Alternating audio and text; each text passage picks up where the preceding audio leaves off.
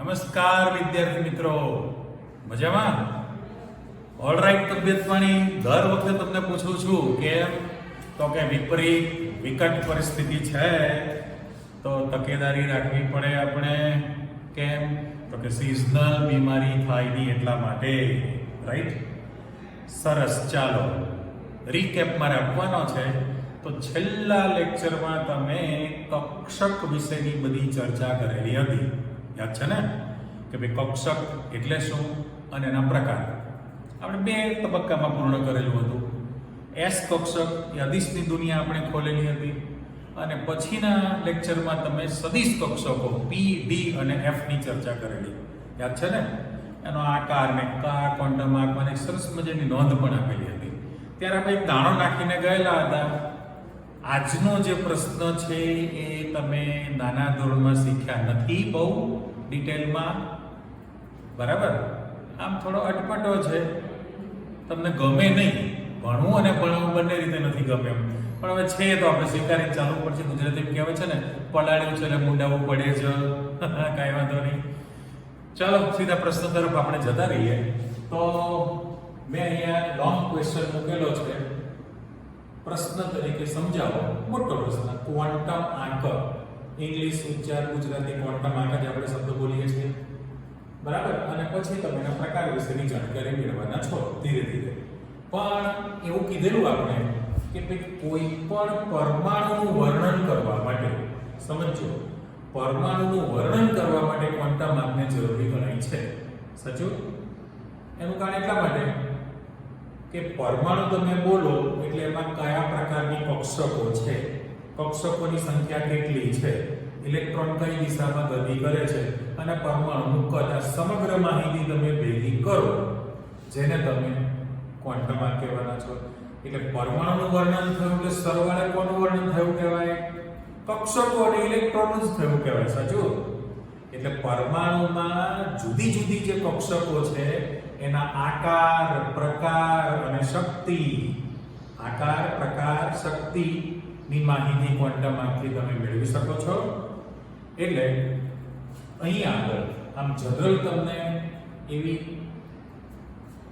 માહિતી હતી કે ભાઈ પરમાણુમાં ઇલેક્ટ્રોનનું સ્થાન દર્શાવવા માટે, ઇલેક્ટ્રોનનું સ્થાન દર્શાવવા માટે કક્ષા અને કક્ષકની જરૂર પડે છે. જે આપણે તફાવત આપણે ગણવાનો બાકી છે. આ પ્રશ્ન શીખી લીધા પછી તમને બહુ સરળતાથી તૈયાર કરી શકો છો. હવે ફરી બોલું છું કે ભાઈ પરમાણુમાં રહેલી જુદી જુદી કક્ષકો ના પ્રકાર, આકાર, શક્તિ અને પછી એમાં જે ઇલેક્ટ્રોન છે, ઇલેક્ટ્રોનની ગતિ, આ બધી સમગ્ર માહિતી તમે ભેગી કરો એને આપણે ક્વોન્ટમ આંક કીધેલો છે. અચ્છા, ક્વોન્ટમ આંક જે છે એના પ્રકાર તમારી પાસે 4 પ્રકાર પડે. એમાંથી મેં બોર્ડ ઉપર 3 તૈયાર કરેલા છે. પહેલો શબ્દ જાણીતો છે મુખ્ય ક્વોન્ટમ આંક, સ્મોલ m. એનો સિમ્બોલ છે સ્મોલ m. મુખ્ય ક્વોન્ટમ આંક કહેવાય, principal quantum number, principal quantum number, બરાબર? એના પછી સેકન્ડ નંબર જે મૂકેલું છે તમે નામ વાંચો, કોણીય વેગમાન છે. શબ્દ તમારી પાસે જે મૂકેલો છે એમાં એક તો કોણીય વેગમાન છે, બીજો કક્ષકીય શબ્દ છે અને ત્રીજો શબ્દ ગૌણ ક્વોન્ટમ આંક પણ કીધેલો છે. અને એનો સિમ્બોલ સ્મોલ l છે. એઝીમ્યુથલ, AZIMUTHL, એઝીમ્યુથલ એવું બીજું નામ પણ તમારી પાસે હતું. અને ત્રીજો જે ક્વોન્ટમ આંક મૂકેલો છે એ ચુંબકીય ક્વોન્ટમ આંક. ચુંબકીય ક્વોન્ટમ આંક જે છે ml તરીકે છે. તો કક્ષક વિશેની જે માહિતી છે એ આ 3 ક્વોન્ટમ આંકથી તમે નક્કી કરી શકો. n મુખ્ય ક્વોન્ટમ આંક, કક્ષકીય ક્વોન્ટમ આંક l અને ચુંબકીય ક્વોન્ટમ આંક ml. આ 3ની માહિતી પરથી તમે બધી જ ચર્ચા કરી શકો. પણ છતાં થોડુંક કામ અધૂરું રહ્યું. એના માટે તમારી પાસે ચોથો જન્મસ્થળ ઉદ્ગમ થઈ ગયો જેને સ્પિન ક્વોન્ટમ આંક ms કહેવાય. એ આપણે પછી ચર્ચા કરીએ છીએ. પણ પહેલા રનિંગ પ્રશ્નમાં તો આગળ વધતા જાઓ. તો પહેલામાં પહેલું કે અહીંયા તમે જે વાક્ય રચના તૈયાર કરશો, વાક્ય રચનાને તમે તૈયાર કરવાના છે એમાં મોટા ભાગના મુદ્દા જે કક્ષક પરથી તૈયાર થયેલું કહેવાય. તો પહેલામાં પહેલું મારે અહીં ડેશ કરી દે ઉપર મુજબ થયું ને, ઉપર મુજબ એમાં તો કે મુખ્ય ક્વોન્ટમાર્ક n જે છે એનું મૂલ્ય એ 0 સિવાયની ધન પૂર્ણાંક સંખ્યા હોય છે. આપણો પહેલો જ શબ્દ છે 0 સિવાયની ધન પૂર્ણાંક સંખ્યા છે. એનું કારણ એટલા માટે કે એક ચિત્ર અહીં મૂકું છું, ચેક કરો. દાખલા તરીકે પરમાણુ કેન્દ્ર છે, પછી તમારી પાસે પહેલી કક્ષા, બીજી કક્ષા, ત્રીજી કક્ષા, એવી રીતે ઇન્ફિનિટી સુધી છે, રાઈટ? તો તમારું જે સ્ટાર્ટિંગ છે એ n બરાબર 1 છે. અહીંયા લખીશું તો n બરાબર 2 છે અને n બરાબર 3. ક્યાંય તમારી પાસે શૂન્ય આવે છે નહીં. એટલે મુખ્ય ક્વોન્ટમાર્ક n એ 0 સિવાયની ધન પૂર્ણાંક સંખ્યા હોય છે. રેડી? 0 ન હોય. અને અહીંયા આગળ જે સ્ટેટમેન્ટ સૌથી છેલ્લો આપણે આપી દઈએ છીએ કે આની સિવાયના જે ક્વોન્ટમાર્ક છે એ શબ્દ શું લખું છું કે બાકીના જેટલા ક્વોન્ટમાર્ક તમે શીખવાના છો કે બાકીના ક્વોન્ટમાર્ક જે છે મુખ્ય ક્વોન્ટમાર્ક n પર આધારિત હોય છે. એટલે એમનો જે આધાર છે એ n પર આધાર લેવાનો છે. એ આપણે તમે જોશો. એટલે પહેલું છેલ્લું વિધાન તમારી પાસે વચ્ચે આપણે ભરતી કરતા રહીએ. ચાલો હવે આંકડો પણ તમને ખબર છે કે ભાઈ પરમાણુમાં દાખલા તરીકે પહેલી જ કક્ષા છે n બરાબર 1 અને એમાં જે ઇલેક્ટ્રોન છે n બરાબર 2 માં ઇલેક્ટ્રોન છે અને n બરાબર 3 માં ઇલેક્ટ્રોન છે. તો કેન્દ્રથી હાઇડ્રોજન પરમાણુમાં જે પહેલી જ કક્ષા છે એની ત્રિજ્યા તમને ખબર છે, પણ બીજી કક્ષામાં ઇલેક્ટ્રોન હશે તો ત્રીજી કક્ષામાં હશે તો કેન્દ્રથી અંતર વધે એટલે પરમાણુની ત્રિજ્યા વધે છે. તો મુખ્ય ક્વોન્ટમાર્ક n એ મુખ્ય ક્વોન્ટમાર્ક જે છે કે પરમાણુમાં દાખલા તરીકે કેન્દ્ર છે, બરાબર, અને આને કક્ષાઓ મૂકી દીધી છે. તો જુદા જુદા શક્તિ સ્તરમાં જે ઇલેક્ટ્રોન છે એ ઇલેક્ટ્રોનનું તમને સાપેક્ષમાં અંતર દર્શાવે. દાખલા તરીકે તમારી પાસે પહેલા નંબરના સ્તરમાં, બીજા, ત્રીજા, ચોથા, તો એ જે કેન્દ્રથી જે અંતર છે એ સાપેક્ષ અંતર તમને દર્શાવે, રાઈટ? બરાબર ને? તો એવું ના કહી શકાય કે આ ક્વોન્ટમાર્ક જે છે મુખ્ય ક્વોન્ટમાર્ક એ તમને પરમાણુનું કદ અર્થાત કક્ષકનું કદ તમને સૂચવે છે. અને સીધી સરળ વસ્તુ છે કે જેમ m ની કિંમત વધે એમ કદ પણ વધવાનું છે. દાખલા તરીકે તમે એટલી ખબર પડે છે કે હું નાઇટ્રોજન લખું તો એ 7 નંબરનું તત્વ છે, બરાબર, અને 7 ઇલેક્ટ્રોન છે. એટલે અત્યારે જે આપણે આમ જો ગણતરી પ્રમાણે મૂકીએ તો હવે તો તમને કક્ષકોના નામ પણ આવડી ગયેલા છે, બરાબર. એક કક્ષકમાં તમે 2 ઇલેક્ટ્રોન સમાણતા હતા જ, એ સમાણતા ભલે ગોળ છે અત્યારે, તો 7 ઇલેક્ટ્રોન 1s2 2s2 2px માં 2py માં અને 2pz માં ઇલેક્ટ્રોન ગોઠવો તો વધુમાં વધુ તમારી પાસે 4 જ કક્ષક તૈયાર થઈ. ત્યારે એની સાપેક્ષમાં એટલે આ z બરાબર 7 છે તો મુખ્ય શક્તિ સ્તર n બરાબર 2 થાય. અને એની સાપેક્ષમાં હું મેંગેનીઝ લખું તો 25 નંબર છે, z ની કિંમત 25 છે અને એનો મુખ્ય શક્તિ સ્તર 4 નંબર છે. તો સીધું તમને ખબર પડી ગઈ કે ભાઈ જેમ n ની કિંમત વધે એમ કક્ષકો વધવાની છે, કક્ષા વધશે, કેન્દ્રથી અંતર વધે, ત્રિજ્યા પણ વધશે. તો નાઇટ્રોજન પરમાણુનું જે કદ છે એનો છેલ્લો ઇલેક્ટ્રોન અને મેંગેનીઝ પરમાણુનું કદ છે અને એનો છેલ્લો ઇલેક્ટ્રોન, તો પરમાણુનું કદ અને પરમાણુની ત્રિજ્યા વધે છે. આ દાખલા તરીકે તમારી પાસે 25મો ઇલેક્ટ્રોન અને 7મો ઇલેક્ટ્રોન, તો ત્રિજ્યા વધશે કે નહીં? એટલે દરેકને આપણે એક કામ સોંપવું છે. દાખલા તરીકે તમારા ઘરે કોઈ પ્રસંગ હોય નાનો મોટો, તો કામની આપણે વહેંચણી કરી દઈએ કે ભાઈ કોકને એ બધા ડેકોરેશનનું કામ સંભાળવાનું ધ્યાન રાખવાનું, ભલે તમે ઓર્ડર આપેલો હોય પણ ધ્યાન રાખવાનું.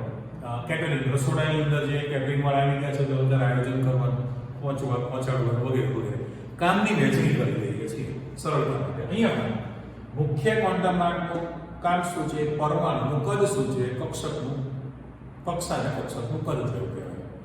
ત્યારે કોણીય વેગમાન ક્વોન્ટમાર્ક જે છે કક્ષકનો પ્રકાર સૂચવે, પ્રકાર, બરાબર. અને ચુંબકીય ક્વોન્ટમાર્ક જે છે કક્ષકોની સંખ્યા સૂચવે અને સ્પિન ક્વોન્ટમાર્ક ઇલેક્ટ્રોનની દિશામાં આવશે. એટલે આ મુદ્દા પ્રમાણે તમે એવું કહી શકો કે ભાઈ તમને પરમાણુનું કદ અને કક્ષકનું કદ સૂચવે છે. તો તમારી પાસે જેમ n નું મૂલ્ય વધતું જાય એમ એની ત્રિજ્યા કદ વધે છે.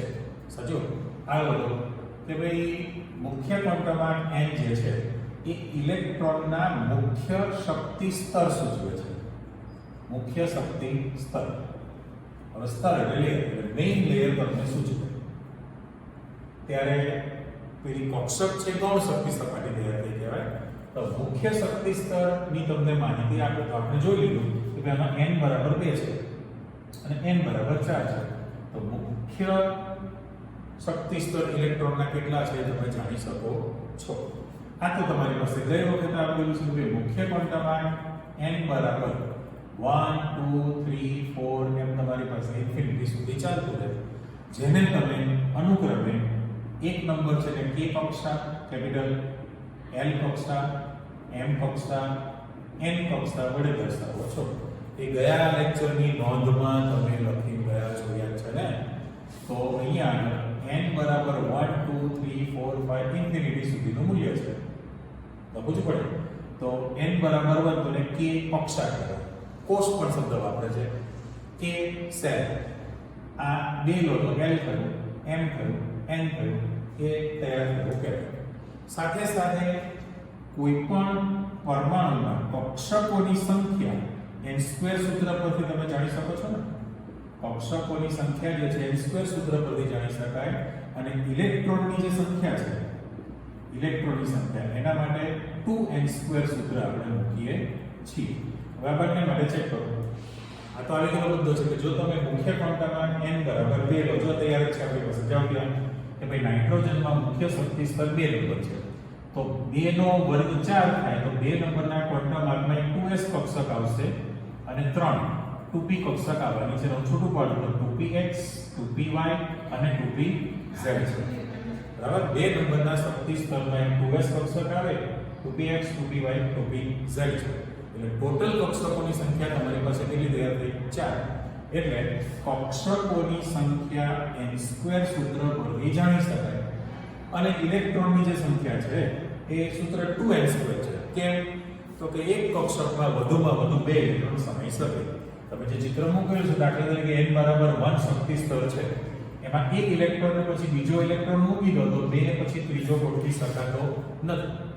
એવું તમે નાના ધોરણમાં જે રાઉન્ડ મૂકેલા હતા ને, હવે એ અત્યારે 11મા ધોરણમાં તમે અલગ શીખો છો. નાના સ્ટાન્ડર્ડમાં 9મા 10મામાં જે સોડિયમનો પરમાણુનું ચિત્ર મૂકેલું હોય, ભલે લખે k કક્ષા, l કક્ષા, m કક્ષા, એ બધું વર્ણન કરે, પણ દરેકમાં બબે ઇલેક્ટ્રોન ભરી દીધેલા હોય. કેવું બધા રિંગ ડુંગળીનું સ્લાઇસ તમે કરી નાખો પતીકું, તો કેમ બધી રીંગો છૂટી પડી જાય?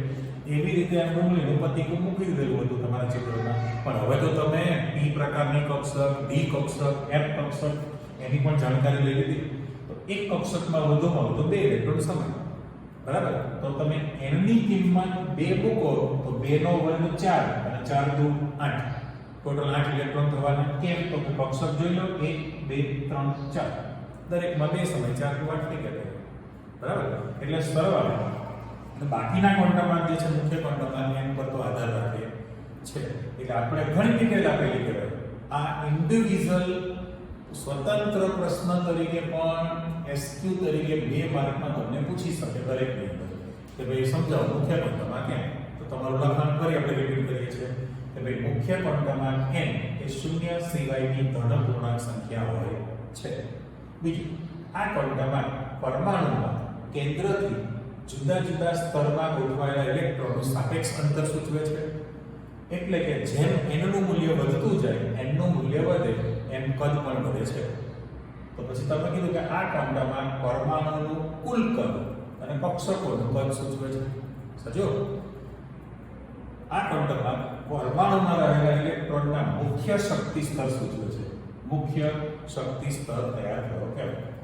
અને મુખ્ય ક્વોન્ટમમાં મૂલ્ય n બરાબર 1 2 3 4 ઇન્ફિનિટી સુધી છે, જેને અનુક્રમે k l m n વડે દર્શાવવામાં આવે છે. ઇલેક્ટ્રોનની સંખ્યા જે છે અને કક્ષકોની સંખ્યા, પરમાણુમાં રહેલી કક્ષકોની સંખ્યા n² સૂત્ર પરથી જાણી શકાય અને ઇલેક્ટ્રોનની સંખ્યા 2n² સૂત્ર પરથી જાણી શકાય. અને બાકીના જે ક્વોન્ટમમાં છે એ મુખ્ય ક્વોન્ટમમાં n પર આધાર રાખે છે. હવે આ જે ઇલેક્ટ્રોનની મુખ્ય શક્તિ સપાટી કહેવાય અને પેલું ગૌણ શક્તિ સ્તર કીધેલો છે, એ એટલા માટે તમને સેમ્પલ આપું. ધારો કે તમને કોઈ એડ્રેસ આપે, સોસાયટીનું નામ આપે ને M305 અને વ્યક્તિના એડ્રેસની અંદર M305 આપેલું છે. એટલે તમે ફર્સ્ટ ટાઈમ જતા હો બરાબર તો પહેલા ફ્લેટનું નામ પૂછે કે ફલાણો ફ્લેટ ક્યાં છે શોધી કાઢો. એક જ ગેટમાં એન્ટ્રી તમે એન્ટર થાઓ પછી પૂછો કે ભાઈ M નંબરનો બ્લોક કયો તો કે જો M નંબરનો બ્લોક છે બ્લોક M નંબર રાઈટ. એટલે M બ્લોક છે તો અહીંયા મુખ્ય શક્તિ સ્તર N બરાબર 2 થયું. પછી તમારી પાસે 305 એટલે ત્રીજો ફ્લોર એટલે ગ્રાઉન્ડ ફ્લોર કહેવાય ફર્સ્ટ ફ્લોર સેકન્ડ ફ્લોર અને થર્ડ ફ્લોર એ રીતે. તો 305 તમને આપેલું છે એ પણ મેં ચોખ્ખું કરી દીધી ને કે આપણે કેવું ગુજરાતીમાં કે નીચે રહેતા અને ગ્રાઉન્ડ ફ્લોરને પહેલો માળ કહે, પછી ઉપર કે બીજે માળ રહે છે, ત્રીજે માળ રહે છે, ચોથે માળમાં ફ્લેટ રાખેલો એવું બોલે આપણે માળ ખાલી છે એટલા માટે. ઇંગ્લિશમાં શું કહેવાય નીચે જે હોય ને ગ્રાઉન્ડ ફ્લોર કહેવાય, એની ઉપર એટલે first floor second floor third floor. તો વાસ્તવમાં 305 જે નંબર આપેલો છે એટલે ગ્રાઉન્ડ પછી ફર્સ્ટ સેકન્ડ ને થર્ડ એટલે જમીનથી ચોથો માળ કહેવાય રાઈટ. તો બ્લોક નંબર એટલે મુખ્ય ક્વોન્ટમ આંકડો. પછી કયા નંબરનો ફ્લોર છે ફ્લોર એટલે 3 નંબરનો ફ્લોર એટલે થર્ડ ફ્લોર. તો તમારી પાસે ઇલેક્ટ્રોન S માં છે કે P માં છે, S માં છે કે P માં છે એની જાણકારી આપી દે. અને પછી 305 નંબર છે. 5 નંબર એટલે એનો અર્થ એમ કે તમે લિફ્ટમાં જાઓ ઉતરશો તો સામે દરવાજા હોય અને ત્યાં નેમ પ્લેટ નંબર લખેલો પછી તમે 305 માં જઈને બેલ મારશો તો 5 નંબર એટલે હવે ઇલેક્ટ્રોન 2p x માં છે 2p y માં છે કે 2p z માં છે. p કક્ષક જ હતી પણ આને આપણે ગૌણ શક્તિ સપાટી કહીએ છીએ ને ગૌણ શક્તિ સપાટી. એટલે અંદાજ આવી ગયો તમારી પાસે. m એટલે મુખ્ય ક્વોન્ટમ કીધો. આ તો એડ્રેસ બોલું છું તમારું બરાબર. બ્લોક નંબર આ છે, ફ્લોર નંબર S કે P છે અને મકાન નંબર x માં છે y માં છે કે pz માં છે એ નક્કી કરવું કહેવાય. એટલે તમારી પાસે અહીંયા જે બીજો ક્વોન્ટમ આંક જે મૂકેલો છે એમાં મેં 3 શબ્દો મૂક્યા છે. એ ત્રણેયમાંથી એક વિધાન બનતું જાય. જો પછી બહુ લિમિટેડ તમારે નવું શીખવાનું રહેશે.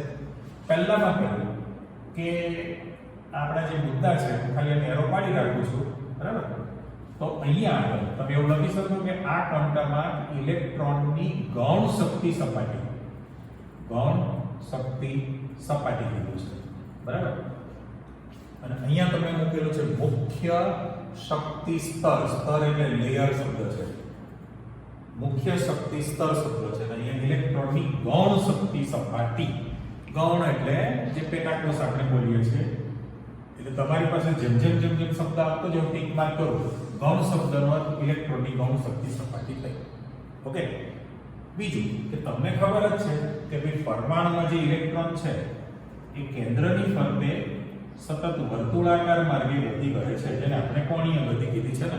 એટલે આ જે ઇલેક્ટ્રોન અહીંયા આગળ જે ગતિ કરતો હોય વર્તુળાકાર માર્ગે તો સમજો કે એ બિંદુ પર છે અત્યારે, પછી હું બી બિંદુ પર લાવીશ અને અહીંયા આગળ તમે ખસો એટલે સી બિંદુ પર છે ધારો કે અહીંયા ઊભું ચાલો બરાબર. આ સી નંબરનું બિંદુ છે. પરિસ્થિતિ કેવી રહી તો કે એ બિંદુ પર છે ત્યારે કેન્દ્ર સાથેનો ખૂણો એ ખસીને બી બિંદુ પર આવે કેન્દ્ર સાથેનો ખૂણો θ1 બનશે. સી બિંદુ પર આવશે તો કેન્દ્ર સાથેનો ખૂણો θ2 બનશે. તો કેન્દ્ર સાથેનો એંગલ બદલાય. કોણ એટલે ખૂણો, કોણીય ગતિ. કોણ બદલાતો રહે છે એવા પ્રકારની ગતિ કરે જેને કોણીય ગતિ કહીએ છીએ.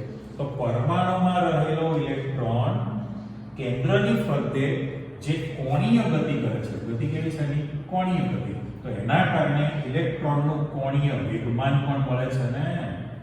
કોણીય વેગમાન માટેનું સૂત્ર શું હતું આપણી પાસે? વેગમાન p છે તો m vr પણ ત્રિજ્યાવર્તી વેગ હતો. m એટલે ઇલેક્ટ્રોન દળ હતું, વેગ એટલે આ વેગ પણ ત્રિજ્યાવર્તી વેગ છે એટલે m vr હતું રાઈટ. તો ઇલેક્ટ્રોન જે કોણીય ગતિ કરે છે એ ઇલેક્ટ્રોનનું કોણીય વેગમાન આ ક્વોન્ટમમાં તમને સૂચવે છે. એટલે તમારી પાસે બીજો શબ્દ છે તો કોણીય વેગમાન જે પણ આવી રહ્યો કહેવાય. અને હજુ એક ત્રીજો શબ્દ બાકી વધે છે જેને કક્ષકીય ક્વોન્ટમમાં કીધો છે. તો કક્ષકનો પ્રકાર સૂચવે. શબ્દ મૂકી જ દઈએ કે ભાઈ તમને કક્ષકનો પ્રકાર સૂચવે છે. રેડી? તો પાછા આવી જાઓ પહેલા વિધાનમાં કે ભાઈ કક્ષકીય અથવા કોણીય વેગમાન ક્વોન્ટમમાં L એ મુખ્ય ક્વોન્ટમાંક જે છે n પર આધારિત છે કે નહીં આધાર? ઓકે, હવે ગણતરી કરવા માટેનું સૂત્ર શું છે? ગણતરી કરવા માટેનું સૂત્ર તો અહીંયા મારે લખવું છે, ચેક કરો કે L ની કિંમત શોધવી હોય તો તમારી ફોર્મ્યુલા છે n-1. શું કીધું? કોણીય વેગમાન ક્વોન્ટમાર્ક તમારે મેળવવો હોય તો L બરાબર n-1 છે. n એટલે મુખ્ય શક્તિ સ્તર છે. તો પહેલું વિધાન સાચું છે ને?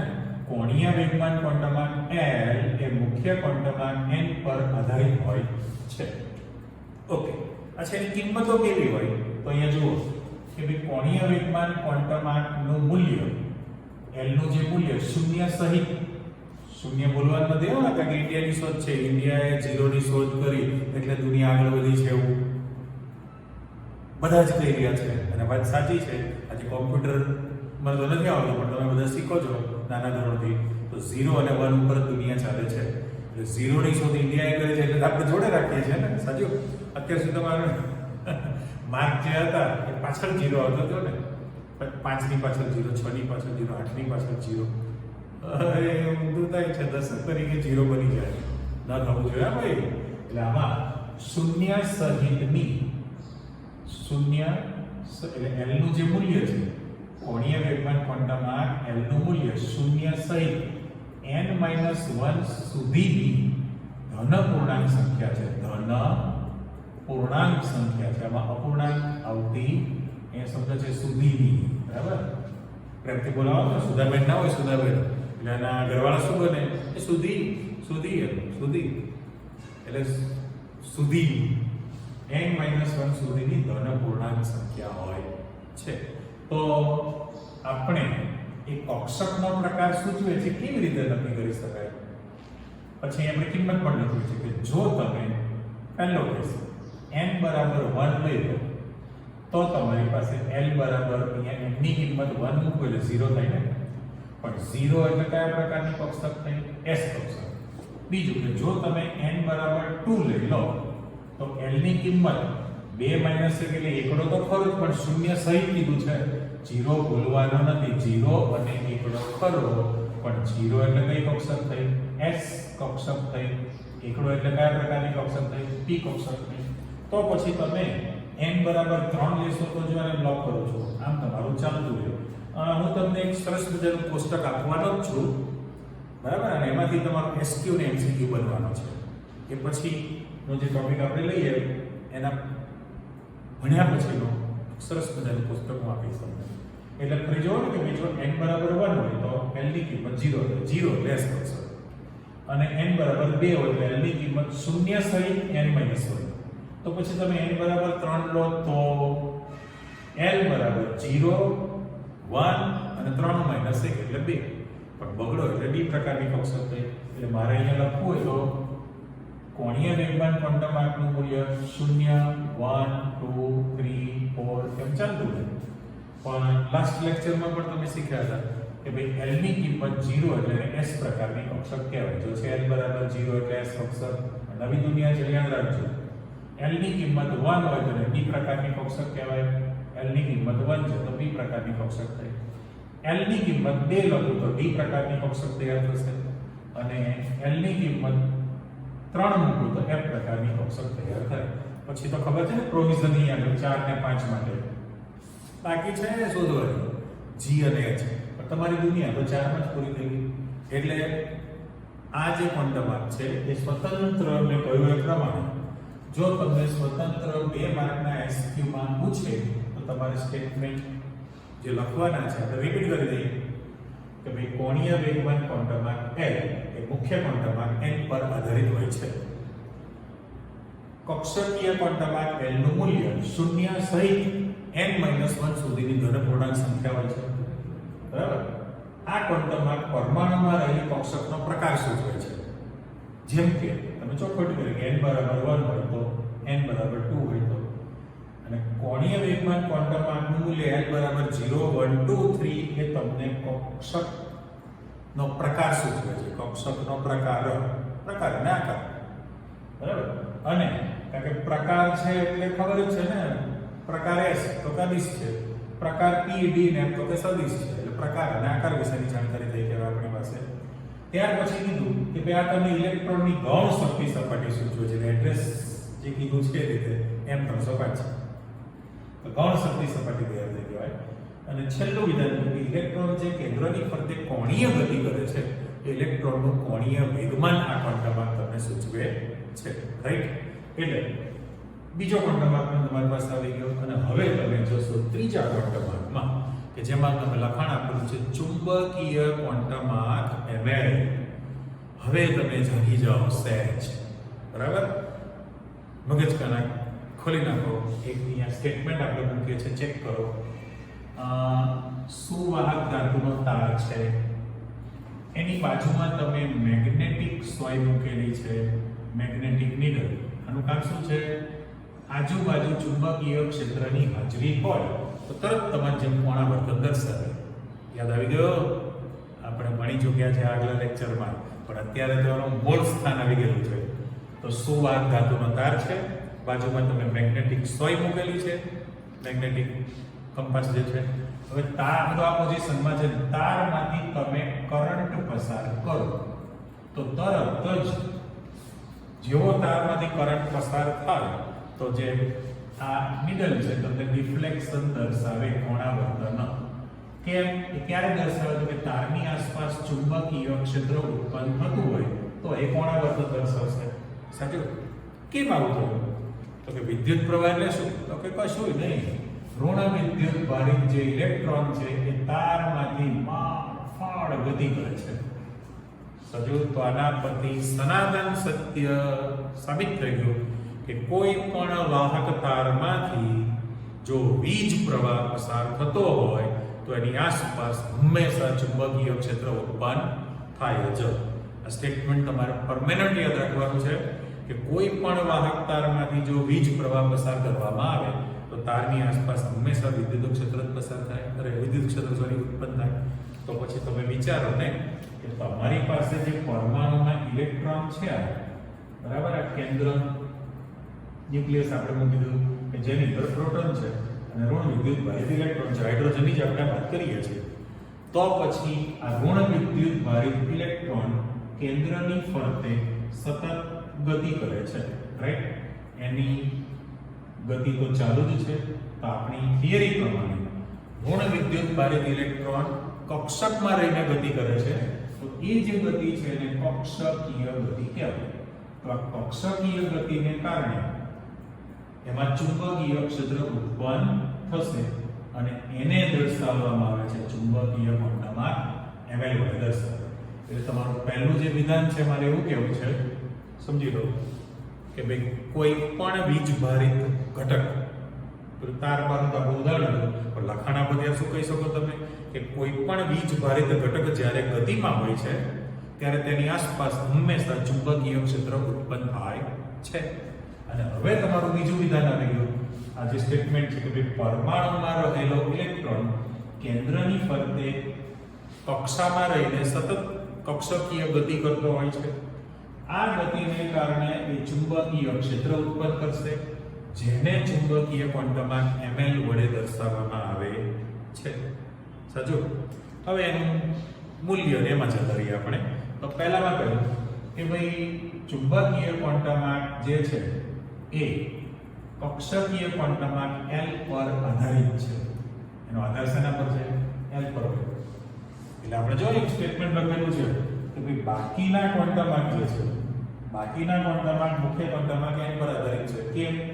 તો કે L ની કિંમત તમારે જોઈતી હોય તો સૂત્ર n - 1 છે. ઓકે? તો અહીં તમે લખો છો કે ભાઈ ચુંબકીય ક્વોન્ટમ જે છે ml એ L પર આધાર રાખે છે. તો હવે એની કિંમતો કેવી થાય? હું સૂત્ર લખું છું, જુઓ કે ભાઈ ml બરાબર -L 0 અને +L લખીએ છીએ. આ આપણી ફોર્મ્યુલા છે. તો અહીંયા આગળ ચુંબકીય ક્વોન્ટમ નું મૂલ્ય ત્યાં પણ મારે શું લખાશે? 0 સહિત +L થી -L સુધી. એટલે આ +L લખાણ દે -L થી +L એવું ન લખીએ કારણ કે સંખ્યા રેખા તમને ખબર છે, સંખ્યા રેખામાં 0 હોય, જમણી બાજુ જાવ તો ધન કિંમત છે, આ બાજુ જાવ તો ઋણ કિંમત છે, એટલે ફરક નથી પડતો. પણ +L થી -L સુધીની એ પણ ધન પૂર્ણાંક સંખ્યા જ હોય છે, ધન પૂર્ણાંક સંખ્યા જે અપૂર્ણાંક તો છે નહીં. અને મેઇન વસ્તુ કે આ ક્વોન્ટમ માર્ક જે છે કક્ષકોની સંખ્યા સૂચવે છે. હવે સંખ્યા માટે તમારે જવું હોય તો આપણે લખાણ આપતા જઈએ. દાખલા તરીકે તમે l બરાબર 0 લેશો અને l બરાબર 1 લેશો. ઓકે, તો જો તમે l બરાબર 0 લો તો તમારી પાસે ml ની કિંમત પણ 0 જ થશે સૂત્ર પ્રમાણે. અને અહીંયા લખશો તમે તો ml ની કિંમત 0 તો ખરી છે, શૂન્ય સહિત કીધું છે ને, શૂન્ય સહિત. હવે પ્લસ l માઈનસ l છે, પ્લસ l અને માઈનસ l, તો તમારી પાસે -1 0 અને +1 આમ લખી શકાય. હા, શૂન્ય સહિત કીધું છે, માઈનસ l થી પ્લસ l, પ્લસ l થી માઈનસ l સુધીની કિંમત છે. તમને ઉપર એવું દેખાય કે જો હું l બરાબર l ની કિંમત 0 લીધી છે તો તમારી પાસે ml ની કિંમત મૂકો લટકતું, l ની કિંમત 1 લેશો તો ml ની કિંમતમાં જો તમે શું કરો છો 1 એટલે -1 લખ્યું, શૂન્ય લખેલું છે અને +1 લખેલું છે, તો તમારી પાસે l ની કિંમત 0 હોય તો તમે એમ લખી શકશો -0 તટસ્થ 0 +0 મેક્સ મળે એવું શોધ્યું છે કે ના. તો આની અંદર તમારી પાસે 0 એટલે 0 જ છે. પકડી એટલે l બરાબર 0 લો તો તટસ્થ 0 -0 અને +0 હોતો નથી, પણ l ની કિંમત 1 લો તો તમારી પાસે -1 0 અને +1 આવી શકે. નવી સંજ્ઞા આવી ગઈ કે જો તમે ml ની કિંમત 0 લો તો s પ્રકારની કક્ષકની સંખ્યા એક જ છે. અહીંયા તમે ml ની કિંમત રાખશો તો s કક્ષક 0 તો ખરી, પણ હવે નીચે તમારી પાસે 3 વેલ્યુ તૈયાર થાય અને 3 આંકડા ધરાવતી કઈ કક્ષક છે? હા, p પ્રકારની. તો -1 લખું તેને px કક્ષક કહેવાય, 0 લખું તો py છે અને +1 લખું તો pz બને છે. બરાબર? તો કહ્યું એ પ્રમાણે આવું કોષ્ટક આપણે કરવું છે. તો l ની કિંમત હવે l બરાબર 2 લખીશું આપણે, l બરાબર 2 લખીએ તો પછી ml ની કિંમત 0 પણ આવશે, -1 0 +1 તો ખરું જ, પણ 2 છે એટલે શું થાય? -2 -1 0 +1 અને +2, તો કેટલી વેલ્યુ તૈયાર થઈ? મૂલ્યો 5 મૂલ્યો, અને 5 મૂલ્ય ધરાવતી કઈ કક્ષક આવવાની? ડી પ્રકારની કક્ષક તૈયાર થાય. બરાબર? એટલે ફરી પાછું તમે ચેક કરો આખી જે ચર્ચા કરીએ પ્રમાણે કે ભાઈ કોઈ પણ વિદ્યુત ભારિત ઘટક જ્યારે ગતિમાં હોય ત્યારે આસપાસ ચુંબકીય ક્ષેત્ર ઉત્પન્ન કરે, રાઈટ? તો પછી પરમાણુમાં જે ઋણ વિદ્યુત ભારિત ઇલેક્ટ્રોન છે કેન્દ્રની ફરતે કક્ષકમાં રહીને સતત કક્ષકીય ગતિ કરે છે. તો આ ગતિને કારણે ચુંબકીય ક્ષેત્ર ઉદ્ભવે, જેને ચુંબકીય ક્વોન્ટમ ml કહેવાય. અને એનું જે મૂલ્ય છે એ કક્ષકીય ક્વોન્ટમ l પર આધાર રાખશે. શોધવા માટેનું સૂત્ર તમારી પાસે આવી ગયેલું છે, -l0 +l, અને એની કિંમત આ પ્રકારની કક્ષકોની સંખ્યા સૂચવે છે. કક્ષકોની સંખ્યા સૂચવે. તમે આવું લખેલું છે, હજી એક ફોર્મ્યુલા આપણે આપી દઈએ કે ભાઈ કક્ષકોની સંખ્યા શોધવા માટેનું સૂત્ર twice l + 1, twice l + 1 જો મૂકી દો અહીંયા આગળ તો તમે મને l ની કિંમત મૂકવાની શરૂ કરો એટલે કક્ષકોની સંખ્યા આવી જાય. જો આ સૂત્ર પ્રમાણે જશો તો પણ સાચું છે. l બરાબર 0 અહીંયા મૂકી દો, 0 તો એકડો જ આવ્યો ને, એકડો એટલે s કક્ષક એક જ હોય. l ની કિંમત 1 મૂકી દો, l ની કિંમત 1 મૂકો તો 2 + 1 3 થયું, તો આ તમારી px py pz બની ગઈ. ઓકે, l ની કિંમત તમે 2 મૂકો તો 2 × 4 + 1 5 બની. તો d કક્ષક બોલો નામાં છે ફરી પાછા dxy dyz dzx dx² - y² ને dz² હતું ને તમારી પાસે, એટલે આ સૂત્ર પણ સાચું જ છે, twice l + 1 થયું. એટલે ટૂંકમાં આપણે જે ચર્ચા કરી કે ભાઈ મુખ્ય ક્વોન્ટમ n એ તમને કક્ષકોનું કદ સૂચવે, કક્ષકીય ક્વોન્ટમ તમને કક્ષકનો પ્રકાર સૂચવે, અને ચુંબકીય ક્વોન્ટમ જે છે તમને કક્ષકોની સંખ્યા સૂચવે. તો કોઈ પણ કક્ષક માટે પરમાણુમાં જે જુદી જુદી કક્ષામાં ઇલેક્ટ્રોન છે તો ઇલેક્ટ્રોનને દર્શાવવા માટે, શબ્દ બોલું છું, ઇલેક્ટ્રોનને દર્શાવવા માટે મુખ્ય ક્વોન્ટમ આંક, કોણીય વેગમાન ક્વોન્ટમ આંક, ચુંબકીય ક્વોન્ટમ આંક ml ની જરૂરિયાત છે. આ 3 માહિતી પરથી તમે પરમાણુનું વર્ણન કરી શકો છો, પણ છતાંય તમારી પાસે ચોથો ક્વોન્ટમ આંક જન્મે છે, એની જરૂરિયાત શા માટે ઉત્પન્ન થઈ એ આપણે નેક્સ્ટ લેક્ચરમાં શીખવાના છીએ. અને આજનું જે લખેલું છે એનું કોષ્ટક પણ તમારી પાસે આવી શકશે, કક્ષા કક્ષકનો તફાવત પણ આવી શકે. એ ડિટેલમાં તમારે વધારાની માહિતી લેવાની છે, બરાબર? એટલે આજનું જે છે અટપટું, હવે તો અટપટું ના લાગવું જોઈએ, કારણ કે સરળતાથી તમે શીખી લીધું. હવે કયું વિધાન તમારે ગોખવાનું છે? નોટ એ સિંગલ સ્ટેટમેન્ટ, બધા જ ઈઝી છે. તમે જેમ જેમ જેવું ભણ્યા છો, જે તમે ધીરે ધીરે ભણતા ગયા છો એ તમારું બાયફર્કેશન થતું જાય, એટલે પ્રશ્નનું સ્વરૂપ આગળ વધતું ગયેલું છે. કોઈ વાંધાજનક છે નહીં, છે કોઈ ક્વેરી? નહીં ને? Okay, don't worry, B happy, આપણું સ્લોગન જ છે.